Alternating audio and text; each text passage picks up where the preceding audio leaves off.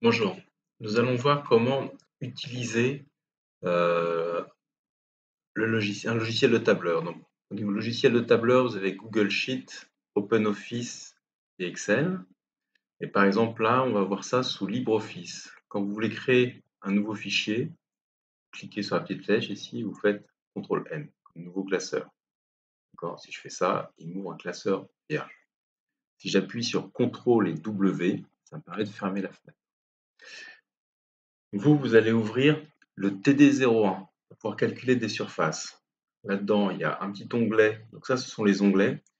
On peut avoir plusieurs feuilles de calcul. Donc là, vous avez juste les consignes. On va apprendre à utiliser des opérateurs vraiment de base. Et on va faire un petit calcul de surface. Dans le calcul de surface, on va utiliser le tableur uniquement comme une calculatrice. Donc là, par exemple, si je veux calculer, le plus simple, c'est calculer la surface du rectangle ici. Si ma largeur vaut 4 mètres et ma hauteur vaut 3 mètres, ben, je vais taper égal en premier dans la cellule. Je leur montre, je me mets dans la cellule ici, je tape égal et je fais 3 fois 4. Et j'obtiens bien 12 mètres carrés. D'accord? Donc ça, c'est la première méthode. On l'utilise comme une calculatrice. Par exemple, là, pour ma surface de triangle, je vais taper égal. Alors, regardez ce qui se passe. Si j'oublie de taper le égal, si je fais 3 fois 4 sur 2, vous avez vu, il me rajoute un guillemet. J'avais oublié le 3, il me rajoute un guillemet. Le guillemet permet de forcer, là, il n'est pas sûr que ce soit une formule ou pas, ça permet de forcer le fait que ce soit du texte. Je reprends. Si je tape 3 fois 4 sur 2, il a un doute, il écrit ça sous forme de texte. Si je veux être sûr qu'il mette ça sous forme de texte, je peux mettre un guillemet. Et sinon, si je veux que ce soit calculé, il faut que je mette le égal ici. D'accord? Et je valide. Là, il ne me l'a pas fait. Je mets égal. Pardon, je ne vais pas taper. Et je valide.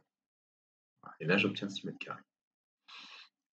Donc, pour taper une formule de solution, soit je tape directement dans la cellule, soit des fois, cette cellule-là, vous verrez quand vous aurez des grosses formules, si je tape fois 3, si je tape des chiffres, là, on voit que ça déborde, ça peut vite devenir illisible.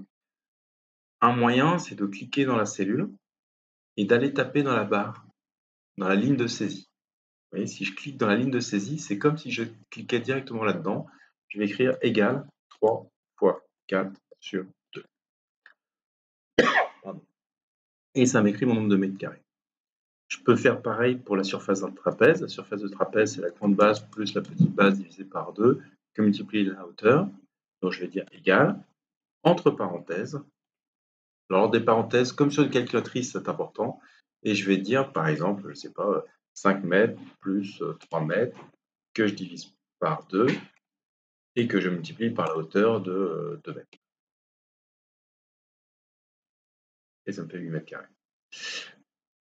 Pour la surface d'un cercle, là, il va falloir utiliser la commande pi. Donc, soit je tape égal 3,1415, qui est la valeur de pi arrondie, que multiplie le rayon, par exemple, si j'ai un rayon de 2 mètres, je sais pas comment j'avais mis, 2 mètres, si j'ai un rayon de 2 mètres, je mets 2 au carré. Alors, comment on fait au carré? On utilise le petit guillemet ici. Sur votre clavier, à côté du dollar, vous avez un petit guillemet. Si ça ne s'affiche pas, vous tapez 2 fois dessus, il vous met 2 guillemets et vous en supprimez un. Et donc là, j'ai mis 2 exposant 2, c'est 2 au carré. Si vous voulez utiliser pi pour l'appeler, alors peut-être qu'on peut l'insérer ici, peut-être qu'il est défini quelque part là. Je me souviens plus. Mais sinon, vous appelez la fonction. C'est une fonction sans variable, pi. Ça appelle la constante pi. Je vais enlever ce qu'il y a après, juste pour qu'on puisse voir. Si je dis égal pi entre parenthèses, ça m'écrit 3,14. D'accord? Donc ça, c'est la première étape. On a vu comment, que si je remets fois 2 au carré, on a vu comment mettre à la puissance, comment utiliser la fonction pi, comment diviser, multiplier, additionner, et puis il ne nous reste que le signe moins, là je ne l'ai pas utilisé, mais c'est pareil. Et ce qu'il faut retenir, c'est à chaque fois que vous voulez faire un calcul, il faut taper le petit signe égal et rentrer votre calcul. D'accord. Pour la fonction pi, par exemple, si vous ne vous souvenez plus comment ça se passe, appelez une fonction, vous faites égal et vous allez la chercher ici. Si vous l'avez utilisée il n'y a pas longtemps, elle va s'afficher. Vous voyez, j'ai plusieurs fonctions.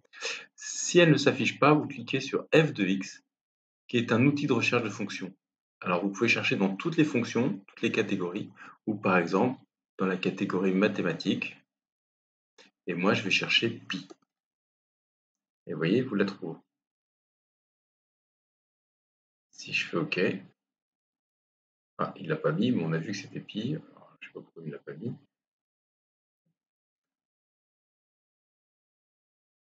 Voilà. Il m'écrit la fonction pi et il me donne le résultat ici. Si c'est bien la fonction que vous recherchez, vous validez et ça vous l'écrit. Voilà. Donc là, on a fini le premier petit TD et maintenant, on va voir comment servir d'un tableur comme d'un tableur et non pas comme d'une calculatrice dans le prochain TD.